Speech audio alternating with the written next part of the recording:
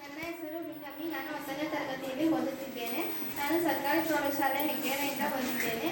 2023-24ನೇ ಸಾಲಿನ inspired award ಕಾರ್ಯಕ್ರಮದಲ್ಲಿ sensor based accident prevention system in curving ಎಂಬ ಮಾದರಿಯನ್ನು ಪ್ರದರ್ಶಿಸಲು ಬಂದಿದ್ದೇನೆ. ಈ ಮಾದರಿಯ 3 ಮುಖ್ಯ ಉದ್ದೇಶಗಳೇನೆಂದರೆ ರಸ್ತೆ ಸಾರಿಗೆ ನಿಯಮಗಳ ಬಗ್ಗೆ ಜನರಿಗೆ ಅರಿವು ಮೂಡಿಸೋದು, ಆಮೇಲೆ ತಿರುವುಗಳು ಇವೆ ಎಂದು ಜನರಿಗೆ ಸೂಚಿಸೋದು ಮತ್ತು ಅಲ್ಲಾಗುವ ಅಪಘಾತಗಳನ್ನು ತಡೆಗಟ್ಟೋದು, ಮತ್ತು ಸೆನ್ಸಾರ್ ಬೋರ್ಡ್ನಲ್ಲಿ ಡೇಂಜರ್ ಝೋನ್ ಅಥವಾ ಆಕ್ಸಿಡೆಂಟ್ ಅಕರ್ಡ್ ಎಂಬ ಸೂಚನೆಯನ್ನು ನೀಡೋದು. ಮೊದಲನೇದಾಗಿ ಇಲ್ಲಿ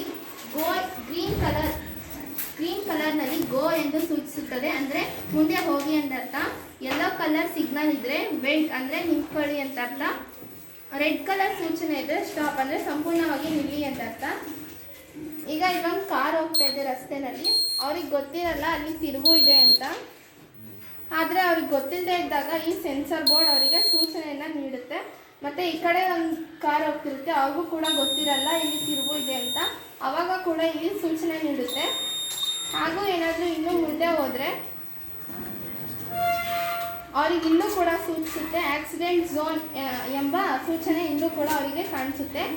ಹಾಗೂ ಇನ್ನೂ ಮುಂದುವರೆದು ಏನಾದರೂ ಅವ್ರು ಮುಂದೆ ಹೋದರೆ ಆಕ್ಸಿಡೆಂಟ್ ಆದರೆ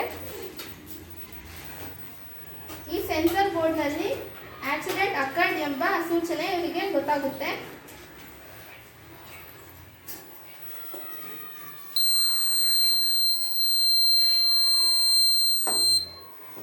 ಈ ಸೂಚನೆ ನೋಡಿದ ಬೇರೆ ವಾಹನಗಳು ಈ ದಿಕ್ಕನ್ನು ಬಿಟ್ಟು ಬೇರೆ ದಾರಿಯಿಂದ ಹೋಗ್ಬೋದು.